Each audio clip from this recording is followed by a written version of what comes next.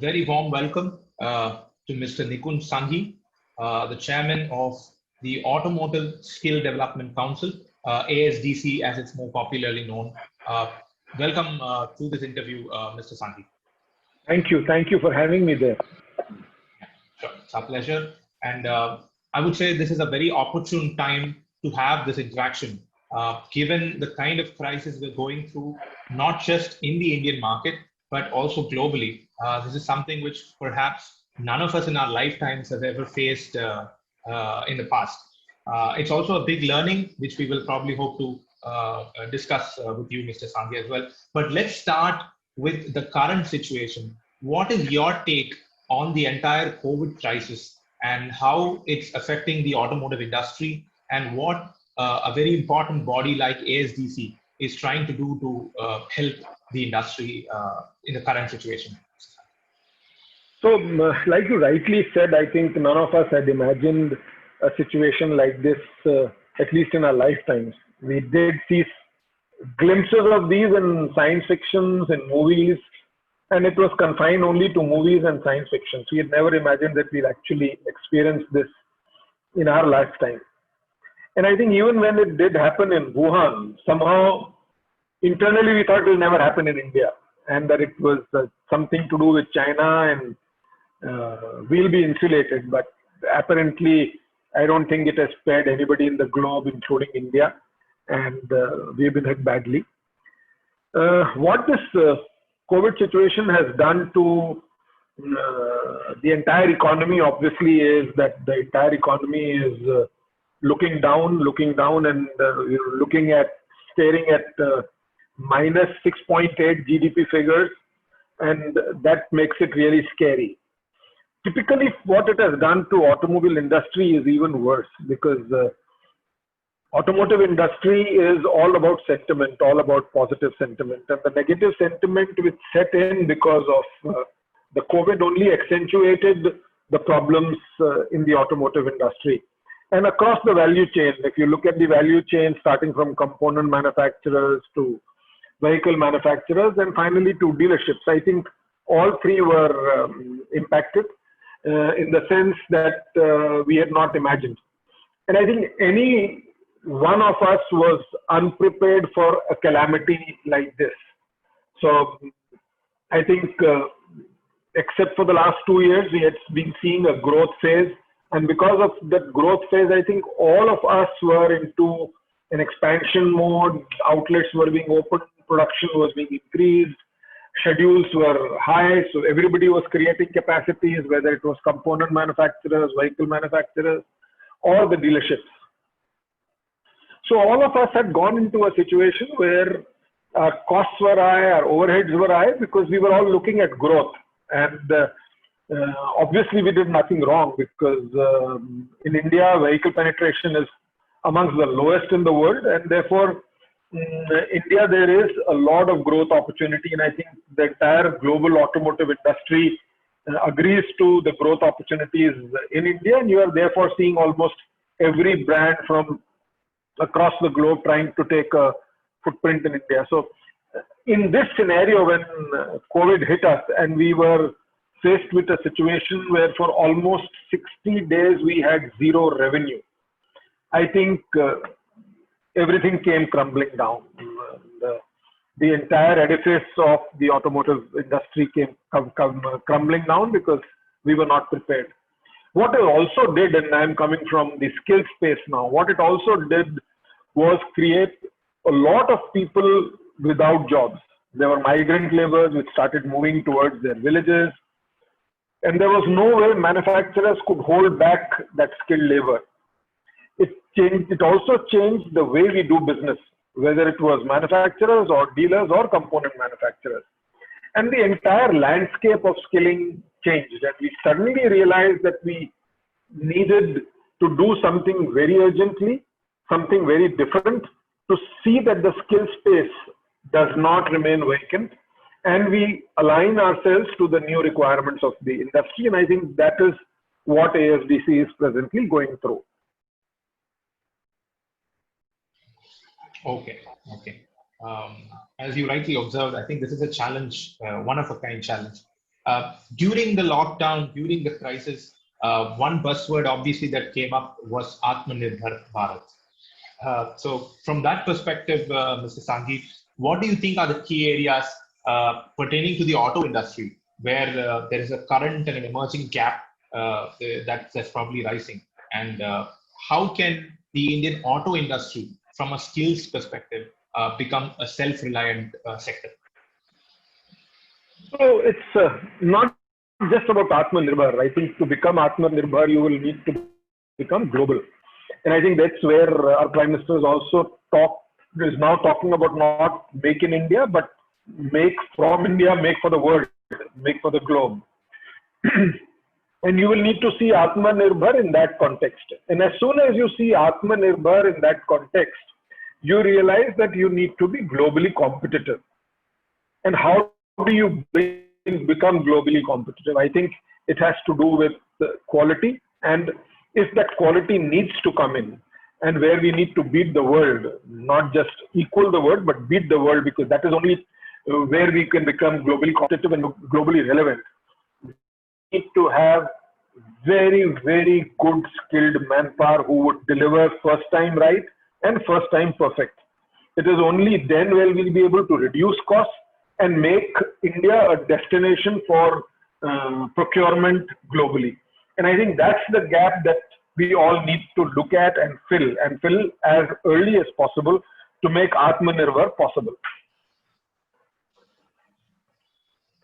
Right. So identifying the skill gaps, could you elaborate a little bit more on what are the major skill gaps that exist in the auto industry?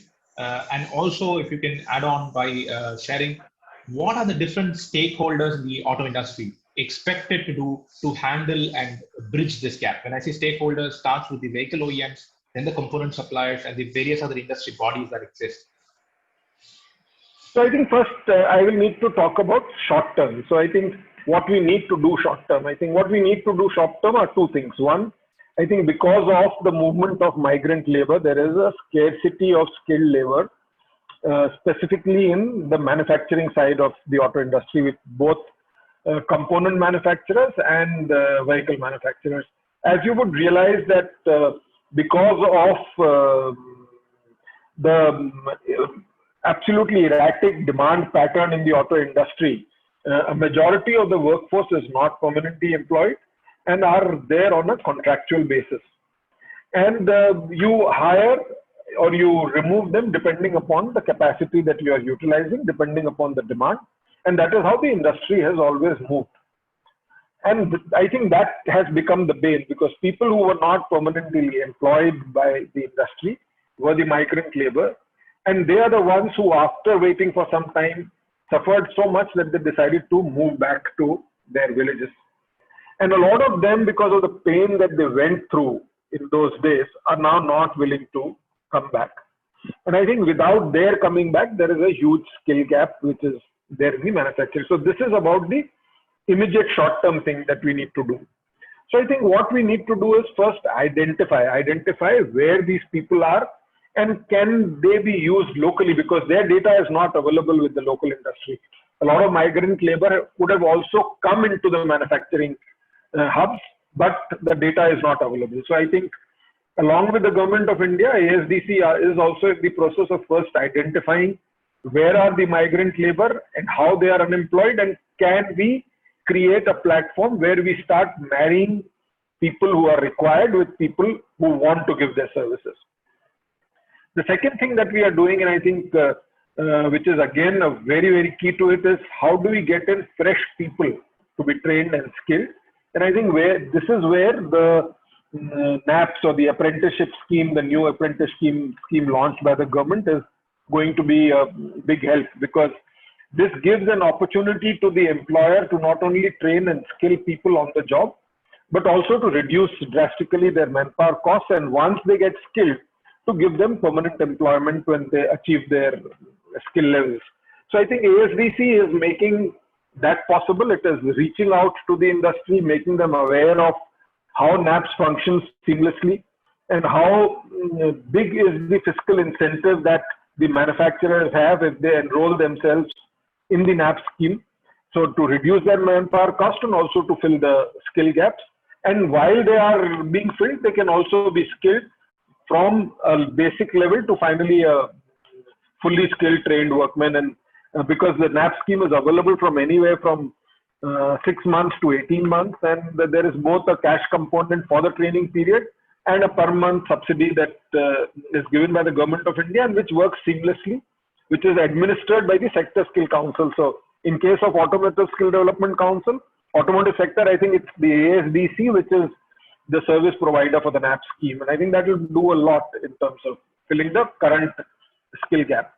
The next thing is, what do we do about the new skills which are required? And I think the new skills required are machine learning, the new skills required are artificial intelligence, and the new skills required in the specifically in the after sales service setup, which is the dealerships, is digital learning, and how to reach to your customers digitally, how to engage with them digitally, not making them physically come to their showrooms, and still be able to deliver everything that the customer wants, and make a digital interaction possible. Now, while the dealerships were graduating towards filling the skill gap, because digital importance came in much before COVID, this need has been accelerated because of COVID. Now, customers don't want to come to dealerships. Obviously, the manpower doesn't want to visit dealerships. There are no physical test drives. So I think almost the entire purchase experience, and which is about 80% of the purchase experience, probably even more, now has to be done digitally. So I think that is where ASDC is now fully engaged. I think during the COVID period, we launched at least 5 programs with digital online learning platforms, which would upskill and reskill existing manpower at the dealerships. Finally, I think the EV space, where we were feeling power was not available, and if EVs need to grow, this is another gap that we needed to fill. So I think we have just launched again another online digital platform with PM Ford in EV engineering, and which is a fully digital course, and which will make people available to the EV manufacturing industry.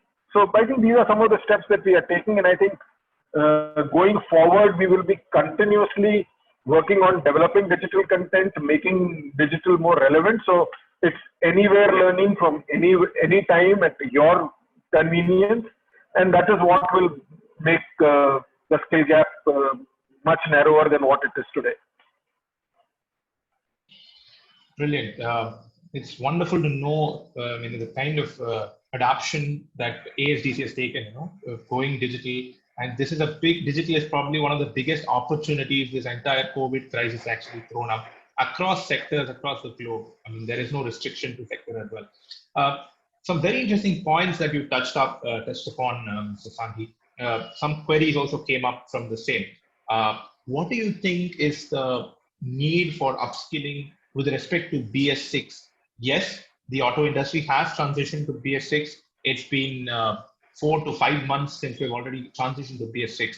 But is that also an area where a lot of upskilling, especially in the after sales and service sector, is required? So I think what you're saying is absolutely right. BS6 technology is a new technology which was not experienced not only by dealerships, but even in manufacturing. It came too fast. And therefore there was this huge need of filling this skill gap. What we also realized was that with BS6 technology, the electronic and electrical component in the vehicle increased dramatically. And the need for people to be able to diagnose and rectify problems digitally, which is with the use of scanners and laptops, I think that became more than evident.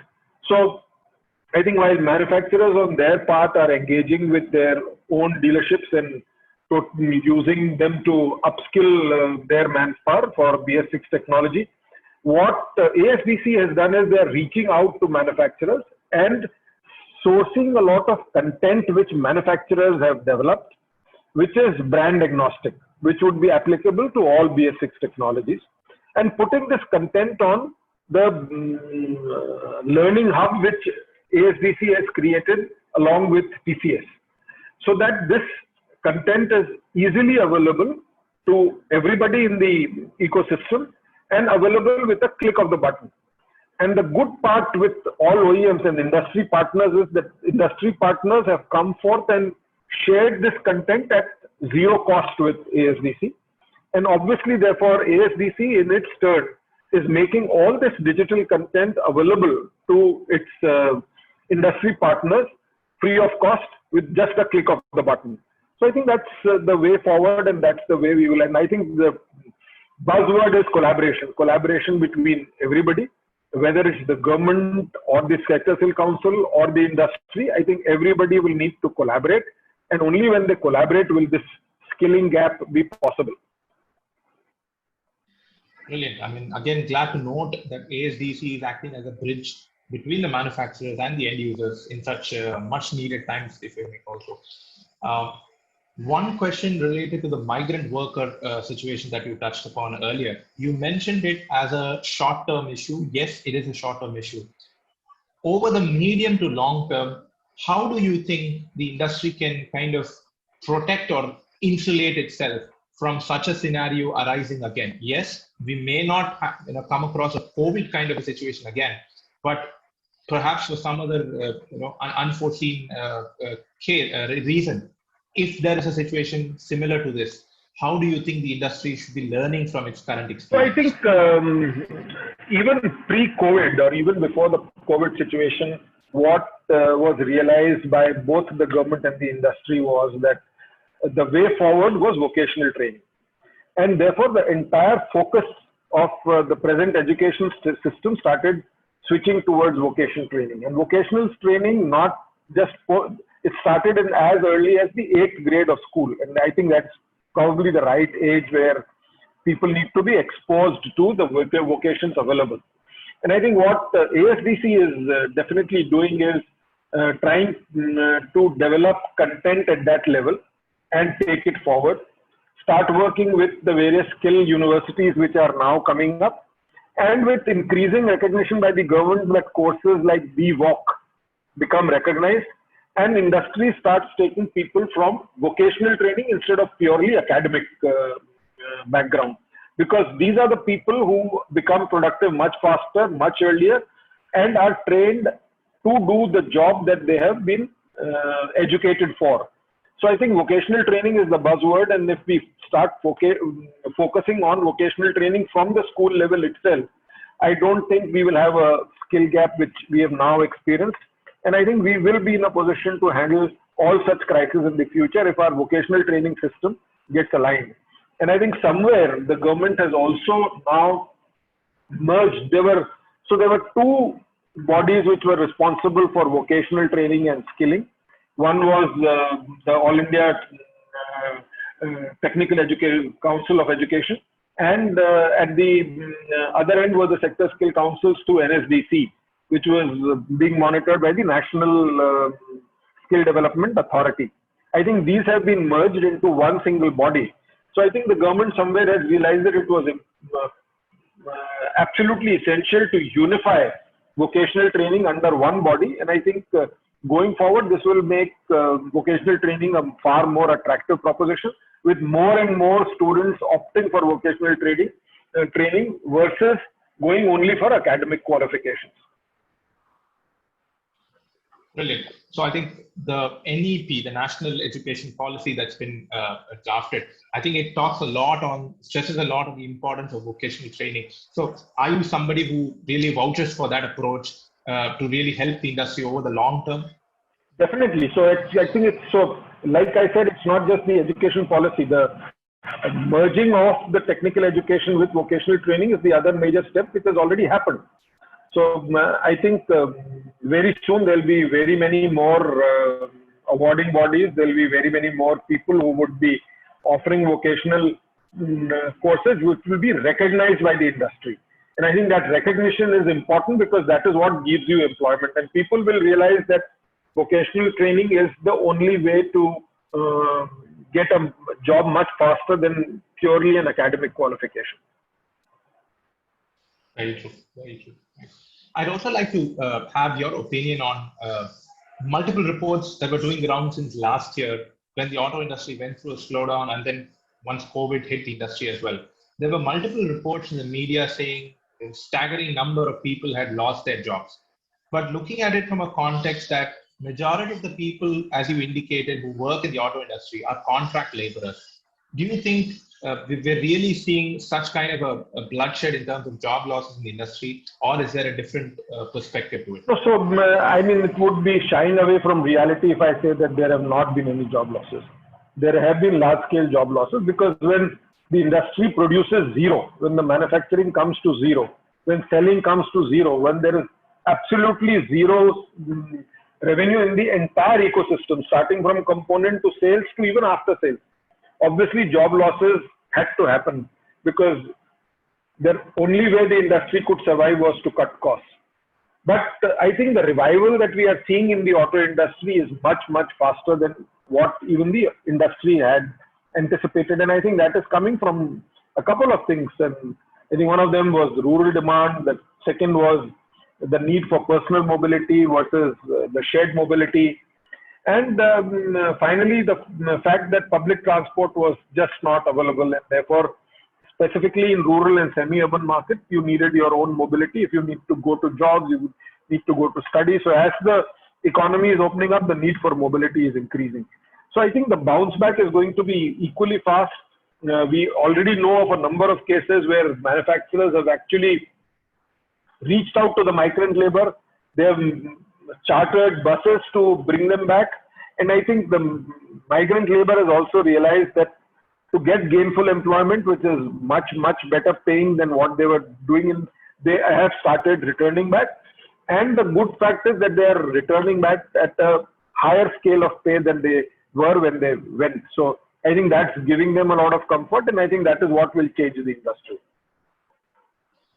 A lot of green shoots, whatever you said, I'm glad to hear that. With respect to the Industry Academia Connect, any special initiatives or focus areas where ASDC is actually focusing upon to ensure the right kind of graduates come out of these institutions so that they can be directly employed in the auto industry? There's always this talk of unemployability of the graduates who come out of our institutions. I think that's also happening across the spectrum, starting from schools. I said that vocational training has become now, in fact, mandatory at the school level, even by the CBSE board.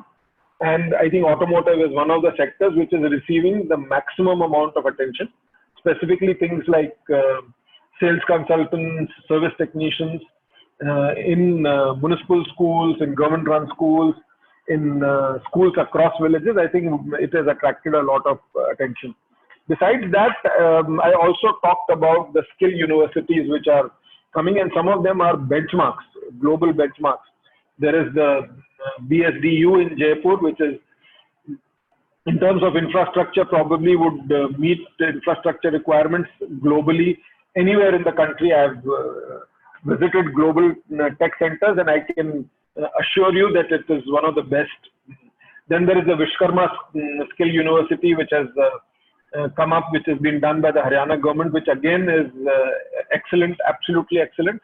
And I think so various skill universities are now coming up, taking shape, which would definitely meet global standards. Besides this, I think what ASDC is doing is also reaching out to various academic institutions and colleges and working out with them additional credits which an existing course could be added to get vocationally trained with, and in all areas from R&D to manufacturing to sales to after sales. And I think once these courses are developed and there is more flexibility in the system, the student can actually opt for additional credits while doing a regular graduate course in a university, 4 more credits or 6 more credits, which will make them more employable and more acceptable to the industry. And since these courses will be designed by ASDC, they will be designed to fit the industry requirements. Brilliant, brilliant, right. Another area, I mean, I'd like to know from you some key areas where workforce is a serious challenge. One main example that comes to my mind, and more so since we work closely with the commercial vehicle industry, is the availability of truck drivers. This is an area where, yes, there are some driver training institutions available in the country, but the bigger challenge seems to be to get people into those truck driver training centers. So, and we're talking about something like a 20 to 22% driver shortage right now, which is only going to grow in the coming years. How does our industry handle such a behemoth challenge? So, I think the skill gap is much more than 22% that you talked about. I think 22% is very conservative. And I think that's a gap which is being felt by the industry. And you'll be surprised to note that some of the new vehicle deals are only closed if the manufacturer also promises to provide a skilled driver along with the vehicle, otherwise the sale doesn't materialize. So that's the kind of scarcity.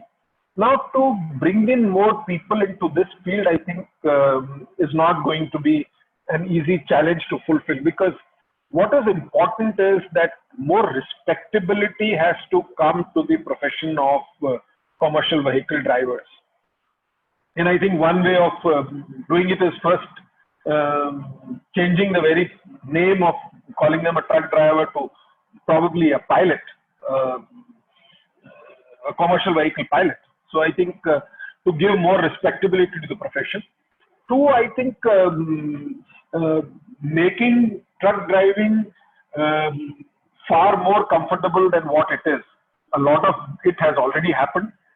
Cabins have become air conditioned. Cabins have become far more comfortable than what they used to be. They mandatorily have a sleeping space which could actually be used as, which is as good as sleeping in a room. And mandating the hours of work that are required. I think if you look at the Rivigo platform, I think what they do is do relay of driving, where a driver gets back home every 8 hours. And I think those were the kind of things which were missing from this profession. And I think once the industry gets together along with these various driver training institutes, they will be able to make driving a far more attractive and a far more respectable profession than what it is today. But till we do that, I think getting sufficient number of drivers is a challenge which the industry is battling with, which the government is battling with, and with which even ASDC is battling with. I think sourcing is our weakest link in terms of getting new people to take training for driving. I think you hit the nail on the head. I think it's the dignity of labor that needs to actually go up. And yes, we are seeing some companies take some measures, but I think there's a lot more effort required from everybody. Would you want to share some information about the different alliances that ASDC has with probably different automotive players and bodies and associations in place? I think the first thing that I would want to talk about is what ASDC is trying to do with TCS. Something which we started doing almost 2 years back, so which has probably nothing to do with COVID, but which has now become a blessing for us because of what we were able to do in the last 2 years. I think somewhere ASDC realized that if skilling had to become relevant, if skilling had to become attractive, and if skilling had to actually become what the industry wants, the ASDC certification needed to have far more credibility than what it had. Because when we interacted with our industry partners, we were sadly informed that the ASDC certificate was not very well accepted by the industry, and that the people who got certified under ASDC were found to be wanting in terms of the skill gaps which they actually should have had they been certified. And I think the major gap that we identified was how they were getting certified and how human intervention was not making the entire assessment system as transparent and as robust as it should be. I think that is the time when we realized that unless we make this entire system foolproof, unless we make this entire system free of human intervention, where the entire assessment process becomes so credible. When you hire an IIT graduate, you don't ask him whether you are qualified or not. I mean, people would blindly take in an IIT graduate. I think that's the kind of credibility that we want to give to the ASDC certification. And therefore, it was difficult getting TCS Eon, which is probably globally the biggest company which is into digital assessments, and which credibility is not questionable at all. They are the ones who conduct all joint entrance exams for IITs, for medical school, and for our UPSC. All the IAS, IPS, all the allied services are done by TCS Eon. So getting them on board was difficult because one, their hands were totally full, and two, they were not very comfortable working on government aided schemes because they thought that they will need to tweak their quality if they needed to work on government aided schemes.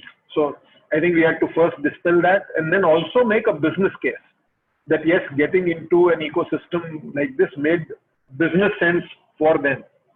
And once we did start that, I think it has taken a long time. It has taken 2 years, but now we have been running these digital assessments very successfully. Then the best part about this assessment is that both the theoretical and the practical portions are assessed and tested without any human intervention. And I think that is giving far more credibility to the ASDC certification. And the best part is that a person who is employing an ASDC certified candidate can now actually go to our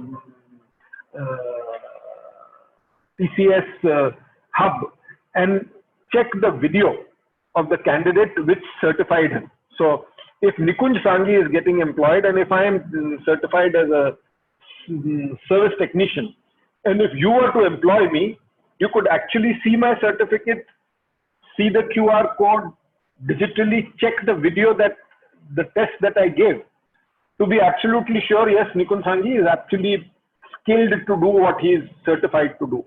I think that's the kind of engagement that we have done with TCS. And I think with TCS is we have also developed that learning hub that I talked to you about, which would be available either free of cost or at a very, very nominal cost, so that your entire learning process can be done sitting at home digitally and with a click of the button at the time convenient for you.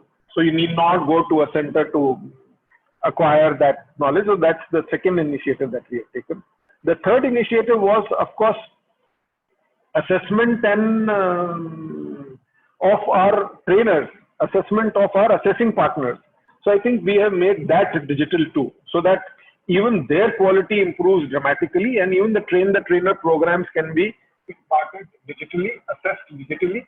So both the quality of our training partners and the quality of our assessing partners, we have raised the benchmark to go even higher. And finally, and I think which is the work which is under progress, is creating a listing platform, where this entire ecosystem of automotive skilling will come under one platform, from trainees to training partners to assessors to employees to employers. Everything would be available. It will be something like a Naukri.com or a timesjob.com for the automotive industry. So that is in the process, and we'll probably, but for COVID, we would have probably launched it by now, but very soon we are going to launch it. We have already started testing it. We have put some of our old data on that platform, and we are asking our industry partners to check that data, validate that data, and check their quality. I think once that validation process is through, we should be able to launch it, which will become an end-to-end solution for everybody who is concerned with skilling, from a prospective employee to the employer to the entire training ecosystem. Where jobs are there, where training institutes are there, which training institutes should be doing which jobs, because a training institute will be able to see what kind of jobs are required in the geography where they are operating, and therefore run courses only which are relevant to that geography. So I think that's the kind of thing that we are trying to do, and hopefully by the end of this financial, we should have it not just up, and but it will be tried and tested and will become the next norm.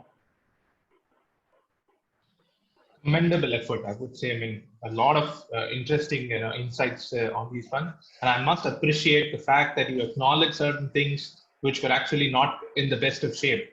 And that goes to show the kind of effort that's actually gone in to address those issues. Really appreciate the same. I have a couple of last questions coming towards the end of questions which I have from our side.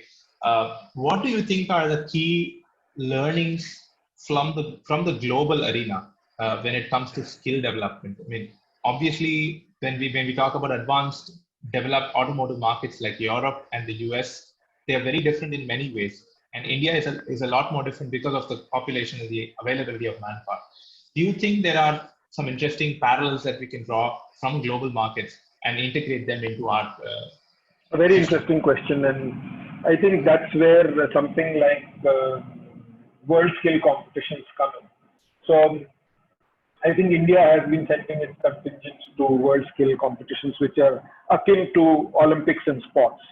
And the last one, which happened in Kazan, fortunately, I happened to be there with the automotive team, and it was an eye opener because I think unless India aligns to the global skilling standards and makes the entire skill ecosystem aligned to the global skilling standards, one, we will be missing the skilling bus, and two, the Atmanirbhar that we are talking about, the global competitiveness that we are talking about, I don't think we will be anywhere near it. So if I give you by example, so Kazan is in Russia, and I happen to visit some of these vocational training institutes. They start at as low as 12 years of age. They start the skilling ecosystem. And they make it absolutely clear that they need not be academically qualified to be employed. And that skilling would probably end up giving them much better money than education would. So only people who are interested in academics, people who are interested in research and development, people who are interested in higher education can opt for that. Others get into the skill ecosystem. And to promote this culture, during the world skill competitions, you have huge groups of students coming from class 4th, which go through a guided tour where they can actually skill the kind of skilling ecosystem available. So whether it is to do with confectionery, with bakery, with hospitality, with carpentry, with woodwork, with even things like beauty, wellness, flower decoration, I think all those skills is right there for them to see, and to see how these people are happy, how these people get employed, and how these people make a life about the skilling that they are doing. And I think that is where you start incubating talent towards skilling.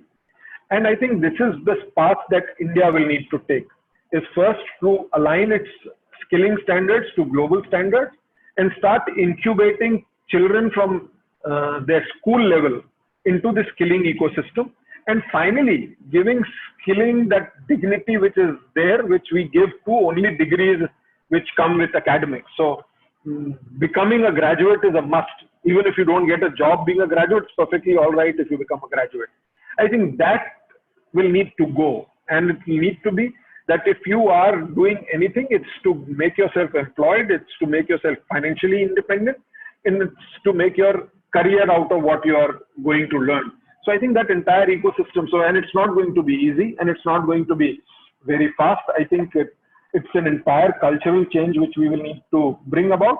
So I think, since the government has realized, the industry has realized, and somewhere the students are also realizing that it's no point becoming a graduate or a postgraduate and then not finding a job. So I think this, once this culture sets in, there is no way India can be stopped in becoming a hub, a supplier, not only for manufacturing, but a supplier for talent, a supplier for skills across. And there is a skill gap, not just in India, but globally. And with the kind of demographic advantage that India has, I think India is the right place to develop a global skilling environment, where people from all over the world will come to hire Indian talent. Fantastic. I think that Kazan example was a truly eye-opening one. And as you rightly indicated, if only the graduates and the students can understand that just having a degree and then no job is actually of not much value, they should be focusing on the right areas. My penultimate question will be: we're talking a lot about skilling and helping people, nurturing talent and develop their skills. Who are going to be doing this training? So how do we ensure we have the right people to give the training and to educate people and to nurture skill and talent? Is there some special focus on this area? I think, like I told you, one is the various skill universities which are coming up, but more than that, I think it is the industry which will need to do it. And I think the industry is realizing it, because if I need to employ someone, I know best what is required. And if I am engaged in training, then obviously I will train him the way I want him to be, and the way I know he'll give me returns in terms of productivity, efficiency, understanding his job. And I think my personal experience of having run a small skilling center in my own dealership, which was a CSR activity, we have seen that we have skilled about 200 people, and almost 90% of them are in permanent employment, because when employers took them, they realized that these people were productive from day one. They needed no further training except for a probably 3-4 day orientation in the brand that they were going to work on. But they were productive, and they were skilled, and they were far more efficient than a person who came from a non-formal background of skilling. So I think somewhere it will have to be done by the industry, and I think programs like NAPS will help the industry a lot in becoming not just employers, but also training partners to various sector skill councils. Right. We'll probably conclude with your remarks on the future plans of ASDC. If you could give us a roadmap for the short, medium, and the long-term future, Mr. Sanghi. So I think the short term definitely is, I've talked of all the initiatives which ASDC has taken, and I think we would want to conclude on all those initiatives as early as possible, and to make ourselves far more relevant to both the industry and prospective people who want to become a part of this industry, make ourselves more relevant to them. The second, of course, is the need to go digital, and to ensure that training comes at a far lesser cost than what it does. So it becomes affordable to a much larger section of society than what it is today. And it becomes convenient. And finally, somewhere, and I think is to marry the employee and the employer, so that people know that if they want employment and credible employment, then ASDC is go-to place where they need to be. And for that, we will need to build a lot on our credibility, make ourselves far more relevant both to the industry and to the people who are wanting to come into this industry, bring that passion at both ends to make skilling far really attractive and passionate. So it's not about just finding a job, you need to be passionate about what you're doing. And I think that passion is the one which takes you up the ladder. It's a very fitting conclusion as well. When there's passion, I think everything falls in place. So thank you so much for your time, Mr. Sanghi. This was a very, very enlightening discussion with you. And we thank you so much again for your time and for your insights. Thank you so much for having me, and wish you all the best, and please be safe. Sure. Thank you so much.